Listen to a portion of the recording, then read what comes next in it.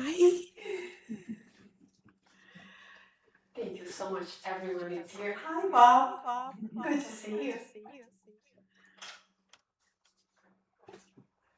I have to check something. I always, um, I get nervous when I'm talking in front of people. So if I start to really tremble in my voice, calm me down. Good to see you. I want to thank every one of you for being here. I want to talk tonight about plenitude, and I see as the fullness of being. And I think it's when I was working on this and when I was thinking what I was going to present tonight, I think that we all crave to really know the purpose that we are here in this life, living here, incarnated. And it's, I think we not only we want to find a way of living our lives the best way possible, but we want to get the tools we need to really reach that fullness as much as possible in here. So plenty means a state of being full, complete, or in great abundance, like Mark said. It's the sense of wholeness and richness in life. And it comes from the Latin origin, plenitude, which comes from the root plenus, meaning full. And then we have tude, the other part of the word. It comes to a spiritual elevation. But we have to know that we do not reach that by quantum leaps. It's not overnight. It's not in a matter of blink of an eye or just doesn't happen fast. It's one step at a time to grow morally, as we know. So what's our goal here? What we look for when we become this adult and we understand this doctrine, what are we looking for? What do we want to reach? And I can answer for myself that we look for being serene, being meek, peaceful. We look to be in harmony with everything around us. We all know love has no frontier. It doesn't matter our culture. It doesn't matter from where we come from. So geography is not a point here. And it doesn't matter if it was said by not only by Jesus, but Buddha said the same thing, Krishna the same thing. All of them says about the language of love, how much is important for our growth. We are beings in evolution, vibrating at the same level, even though sometimes we feel we are a little better than other people. Big mistake. If we're here, we're in the same boat. And as we know, if we are incarnated here, we don't have yet our morals as we should be. Jesus was a missionary sent by God to teach us how to serve and fulfill our purpose, fulfill the purpose of, teaching us how to save ourselves. And by saving ourselves is to give love, compassion, charity. He repeats that a lot to us. And it's a beautiful, not only word, but the meaning of charity. And Jesus showed us how to act, focusing on the love to others, the compassion to our brothers and sisters, even the outcasted, the sidelined, the excluded. So who do we want to be? When we are kids, our parents, friends, people ask us, what do you want to be? And we say, oh, I want to be a teacher. Oh, I want to work in business, or I want to be a dentist, I want to be a doctor, I want to be this, I want to be that. And usually we go for a noble profession thinking that it's more important. But all this is half. This is not about the being we want to be. The contrast between possession, what you own or acquire, is very different from your existence, who you are. Having is a temporary and external status. And people lose their possession easily, as we know. And some of them, when they lose their possessions, they lose part of their identity, unfortunately. About being, on the other hand, is enduring and rooted in your internal state, in your character, and conscious. It's really deep down in every one of us and cannot be taken away. No one can lose that. No one can lose that. Eric Sprung's, someone that wrote a book. He was a psychoanalyst and philosopher. And he wrote a book in 1976. And the name of the book was To Have or To Be. He argued that the modern society is dominated by the having mode, which leads us to materialism, anxiety, and a feeling of unfulfillment. Whereas is being mode is required to live a truly joyful and actualized life.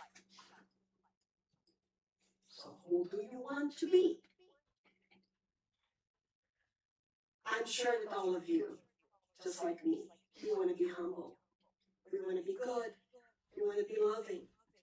We want to be caring, compassionate. But we have to think about the within, the interior part of us, when we were talking about all that. Let's talk a little bit about André Luiz. He was a doctor. That's a very good profession in our world. What happened to him when the profession he had was very valuable in this earth? The profession he had was very valuable in this earth. In the other side, the spiritual world, when he got to Nosolar, like they sell in the novel, he was put to clean. He was just someone that was cleaning. And then make you think, what am I doing to really make who I am, to improve myself? And then we see kids, the prodigies, that we see incarnating everywhere in this world right now. Who doesn't have a child in their family or a neighbor that has a child, that they are very, very smart. They know how to sing, they know how to play instruments, they know math, they know science, they know things that we cannot even imagine. Such a little thing, having so much knowledge. But why are they here? It's because they failed in something. Otherwise, they wouldn't be here. The morals. It's always about the morals. So they come back, they reincarnated here to learn the power of love, the power of service, the power of compassion and charity. So even though they bring all this baggage, is it enough? No. You gotta go through life helping other people, guiding other people, and showing and learning the way, which is not a wide and big road. Like Jesus said, it was narrow. So we learned that the law of religion, consciousness, growing is love. It's all about love. Here in Spiritism, we have the science, the religion, philosophy, but they complement each other. So it's an alliance, it's a marriage, it's a commitment of every single side of this triangle that we have to be and we have to follow and we have to learn through them to be better, to improve ourselves. In the Spiritist magazine that Allan Kardec wrote, he talked about Mozart's house being in Jupiter. Have you ever seen the picture? It's a beautiful picture. And that was a spirit that really had his growth orally. And when he could choose where to live, he chose Jupiter. And someone that, did a drawing of his house. I think it's called psychic photography, something like that. It's a beautiful, beautiful house. And then you start thinking that man, at some point, that spirit was here with us, Mozart. But he came for the worlds like we all are here for. So how do we find ourselves coming out of this? Learning all that we have to learn. Everything is submerged in us. Everything is in our inner self. And we have to transform our lives, our way of seeing things, our way of learning things today. It's not tomorrow. Because the person or the people that we find that lives with the past, with this memory of who they were, where they were a long time ago, or attached to what was, they live this life of depression. They're depressing. And the people that think too much about tomorrow, it's anxiety. So we have to find this common ground between the past, being depressing, and then the future, which brings you anxiety. That's where we have to find our peace. That's where we have to learn how to learn everything we can, guide our lives through love, through every tool that Jesus left to us in the present, now, not tomorrow. No. There is this story that the Chico Xavier, in the end of his life, the Spirit had said to him that he had reached his goal. All that was planned for him was over, his mission. He graduated the school of life. But he was desperate to just pass away. He wanted to die. I think he was tired. And he just wanted to die. Material world. And he was wondering when that was going to happen. He was questioning. And then this spirit that was communicating with him said, stop lamenting. You have to resign yourself and trust that God knows the time you have to go. And that's the time that we have to start thinking. We have to resign to God, resignate to God. He knows our time. It's not what our choice is, what we want. It's about what it's asked of us to do. And life is it's like this big, let's say, world of choices. We have so many choices. Life is about choices. We have to make the best choices possible. Joanna de Angelis, she said that life was an eternal choice. We keep choosing.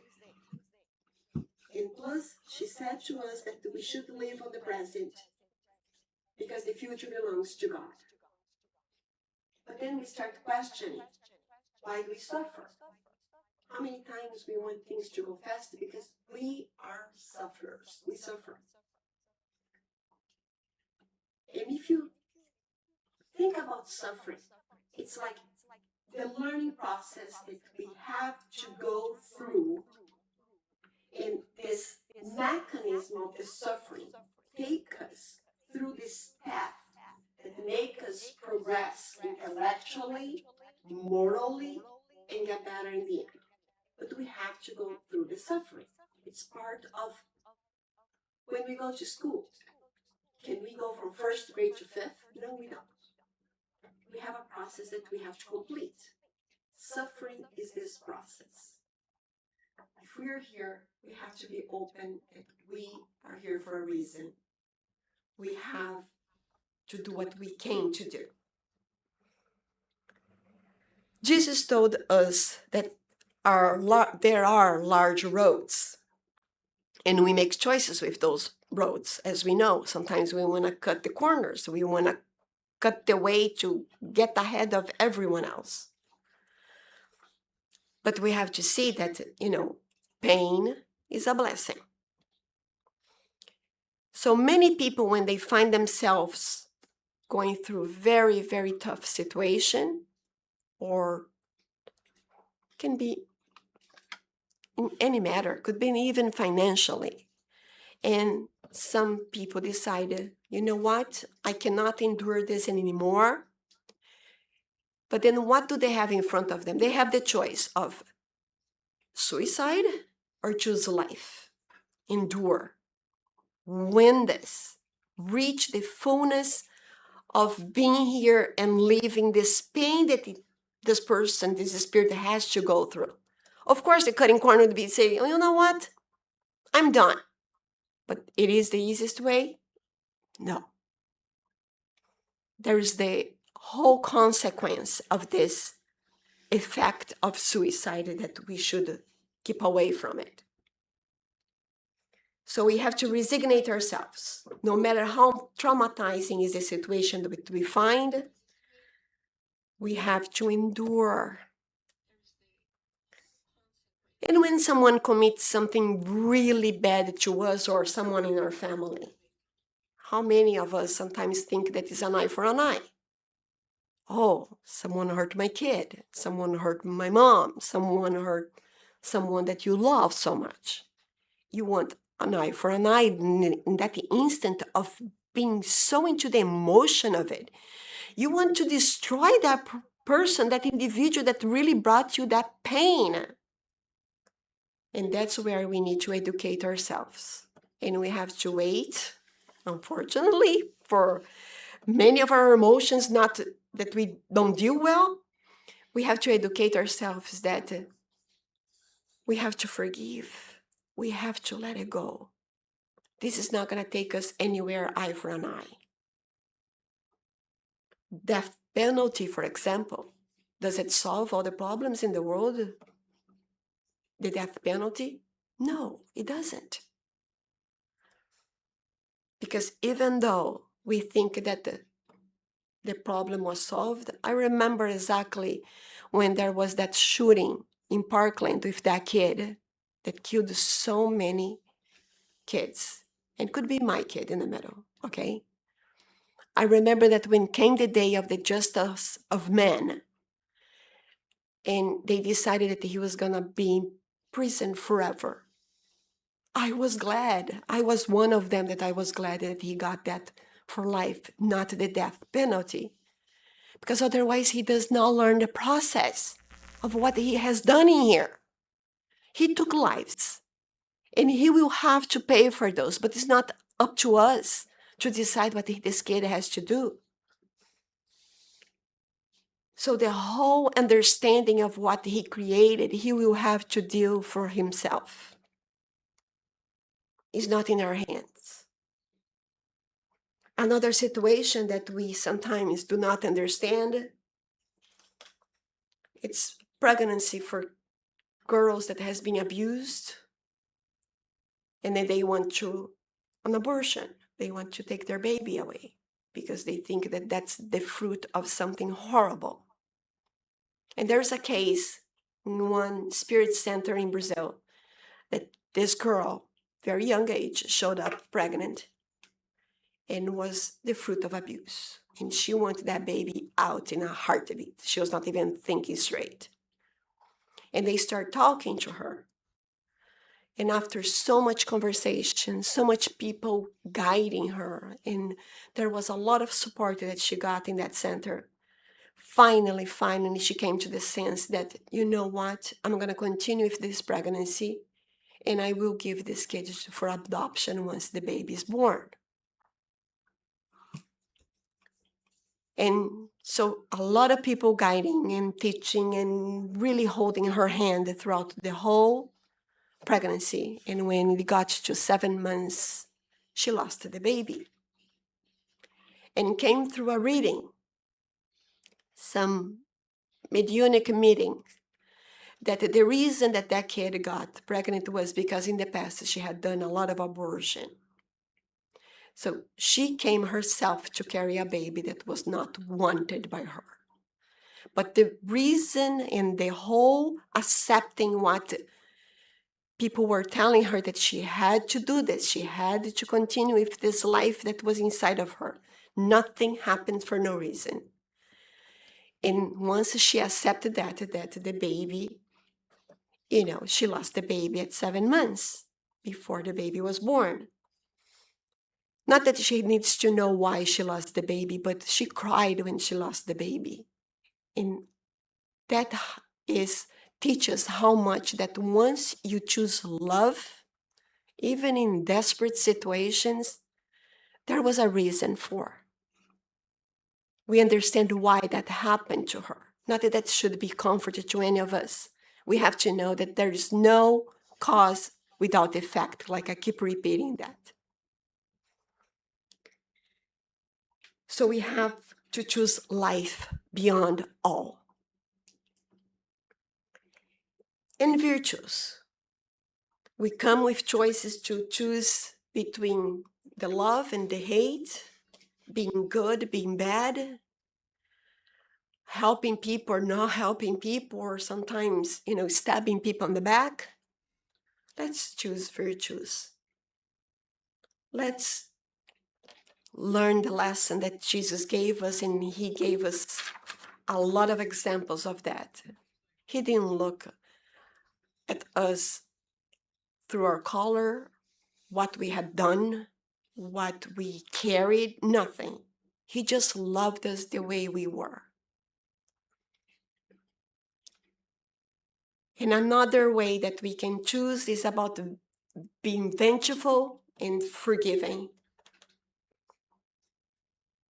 Sometimes we just wish bad stuff for other people. Like I said before, it's when we do not have our emotion in the right place. Big mistake. It's a big mistake. So let's remember that this whole suffering, this pain that we come to live this reincarnation, it's like a clock, alarm clock.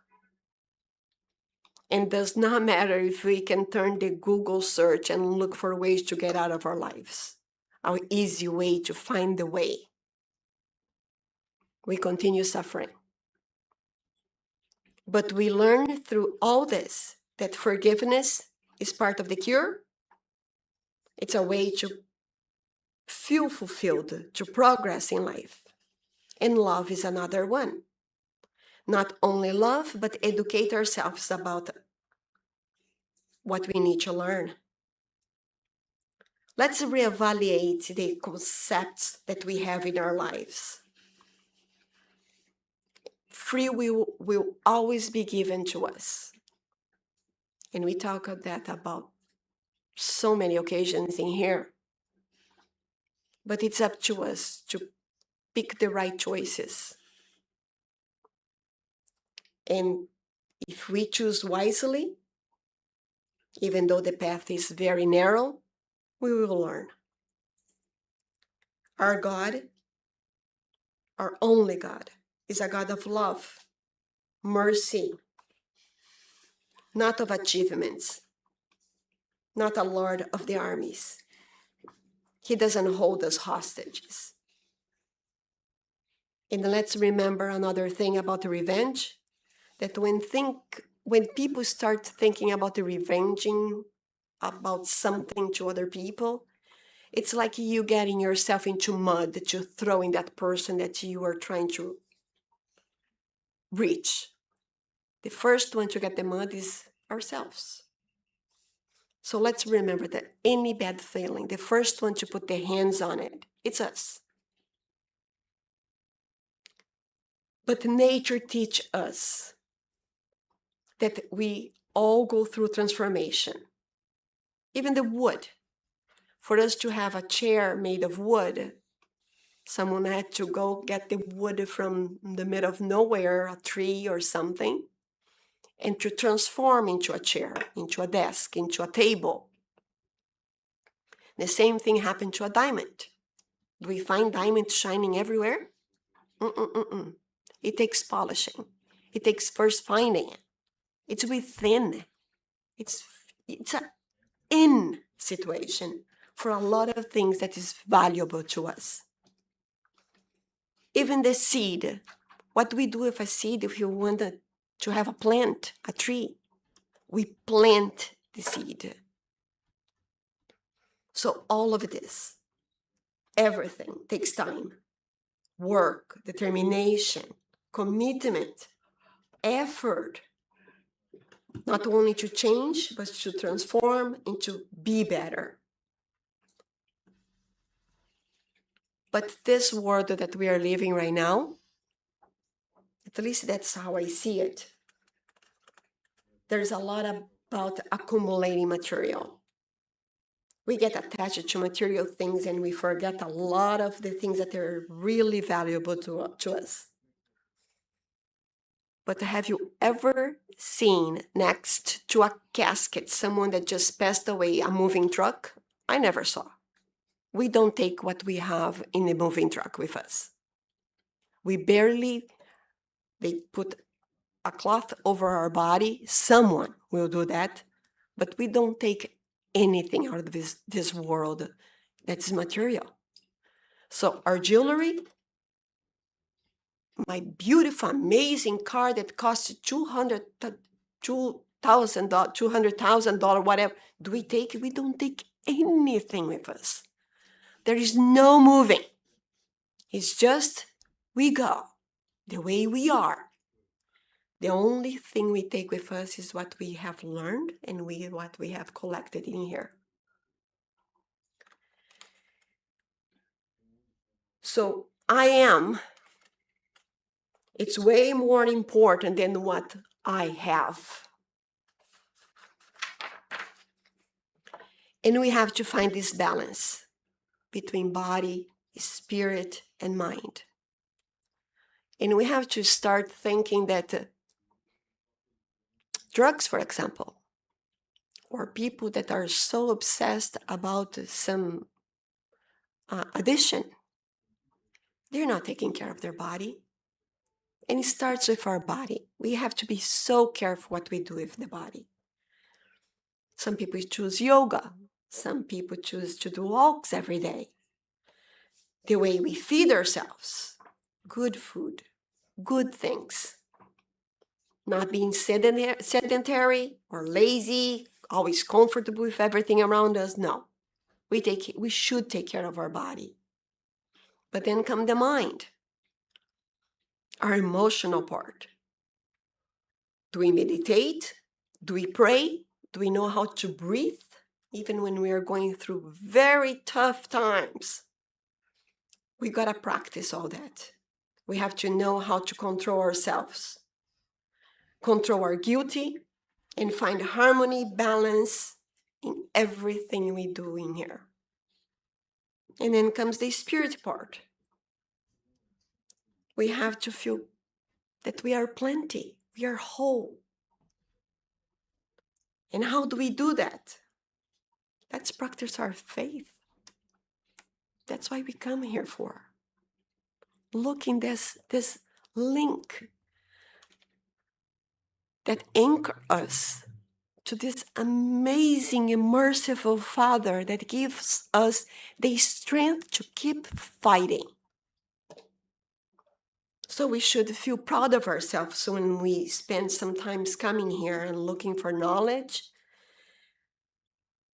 trying to practice, to be grateful, find purpose in life. And before I found Spiritism, there was one question that I always made myself very clear on. What am I here for? And I know that, we find people sometimes, stumbling through life not knowing why they are here. And it's a shame. That's why we have to guide, people through our acts, the way we speak, the way we see things. Because sometimes people are just lost in this maze and not knowing where to look or what to do with their lives. So the first step to find this whole balance with the body, mind, and spirit, I think, is that we should stop pressing the gas pedal the way we do. We are so anxious to get to the other side of everything. We want to go faster and faster every day. And before we know, it's 1 week after another, a year goes by, and we want to rush through things. Let's enjoy ourselves, that we are here to learn. Let's find within us the real DNA that God is with us. There are that park, I don't remember now the state, that has those trees that they are huge. They're very, very tall. Yes. Very good. Thank you. But for them to be that tall, one day they had to start as what? A seed. So for us to be big, we have to start that small. And it's okay if we start small. So, like I said, a pearl. Where is a pearl found?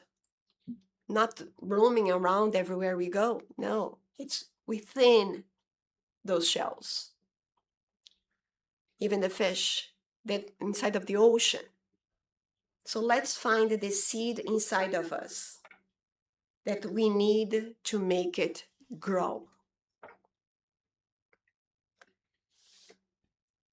One thing that we have to internalize is that we have to love God above all things. And I want to use the example of the cross, because a lot of people see the cross of Christ and they just see just two pieces of wood standing there. I prefer to see as a symbolic that the wood that goes up, it's that God is above us all. He's right there, up there for us. That's why we see the vertical line. And then how should we see the one horizontal? Even when Jesus was in the middle, right there, he's looking to the right and to the left and pointed to the mother, this is your son, son, this is your mother. He's leveling us. He's putting us, if we are here, we are all in the same boat. We are no better than each other. We are the same. So when you see that wood there, that's how we are. We are just like every brother and sister we have around us. And even when he was saying, Jesus, about, the mother and the son, he's putting us, first of all, he recognized that we do not know what we are doing. Plus, he is trying to teach us that we are all equal. And he kept repeating through his teachings, I am. He never said the other word about himself besides I am. I am the light. I am the love. I am the hope. I am the way. I am. Gandhi has said that the love of one man can neutralize the hate of millions. That's another one that was teaching us the highest power of love. And there is this prayer that we do in Apoio Fraterno every Tuesday that we love so much. Well, not every Tuesday we do, but we read that prayer a lot. the serenity prayer. And what does it teach us? God, grant me the serenity to accept the things I cannot change. The courage to change. The serenity to accept the things I cannot change. The courage to change the things I can. And the wisdom to know the difference. So there are things we can change. Ourselves is one of them. We can change. There are things we cannot. We cannot rush through life and learn everything we have to on our way. No, we cannot control that. But God will give us the wisdom to separate and know the difference between the things we can and cannot. We have to resign to Him, give ourselves to Him. When came to the King Solomon, you know what he asked for when they asked what he wanted? He said that he wanted wisdom. He asked God for discerning heart and understanding mind. That's wisdom, in summary. He didn't ask for richness or people bowing to him, like bowing to him. No. And that's what we have to hope for ourselves too. Joanna de Angelis, she said that a man of integrity is measured by what they do for others and their inner moral character. And the real breakdown comes to what? Our fulfillment consists of what? Emotion, body, mind, spirit, and knowing your purpose. We have to know our purpose in here. So, who are we again? We are mortals, spirits, intelligent beings, but we are on our way to fulfillment, to feel complete, plenitude. Let's not be like a mosquito that looks for rotten stuff. Let's be like the bee that looks for the honey, that is doing honey work.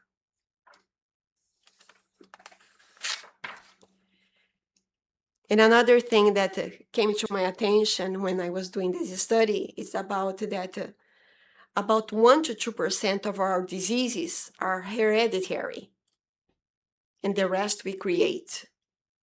Isn't that insane to think about that we create our own problems?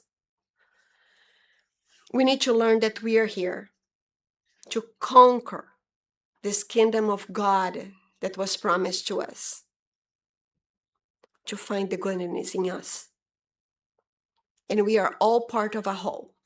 Look like we are part of a pie. I cannot be better if you are next to me struggling. If I see you struggling, I should give my hand to you and try to get you up here. We do this process of improving ourselves, helping each other. So we all move together. And how can I expect to be evolving, be better, if a brother of mine or someone very near to me is not doing well, is struggling? So we need to inspire each other. We need to show all the goodness in us to everyone around us. We are no better, but we can be better together. We guide the way. We always show the light to the ones less fortunate. So the first thing that I think that we have to remember is not about what I wish, but what I need. There is this part of the Bible that says that the man do not only need bread, water, but he needs a spiritual life. But we know that, of course, that money is in this world to provide a lot of things to us and has helped tremendously in many, many areas. And some people, even though they have the richness in their hand, they do so much good things. But then there are the other ones that really choose only the material world, the material, what they can buy with that money, and they want the accumulation, they want to have more. And that's how much is important to us to differentiate the wishes from the need. Like we keep saying, let's be less because it's better. It's not that I'm prohibiting anyone here from buy a very expensive and beautiful car or have an amazing mansion. And invite me in, please. It's how we use it, how we see it. It's how we process that in our lives that matters. The necessity represents something indispensable to conserve life and our progress, while wishing, many times, is born out of impulses of this material body, being selfish and having a lot of passions. So anything beyond essential is excess of ambition.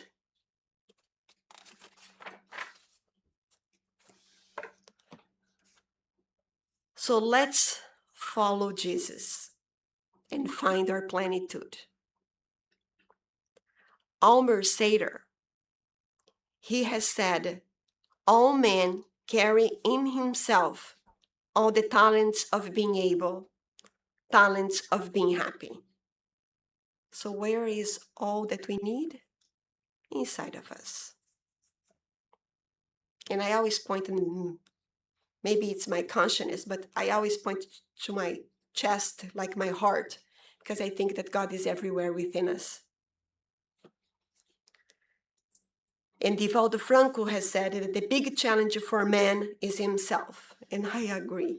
I'm sure that all of us agree that we have to, really surpass this attachment that we have with things and work on ourselves.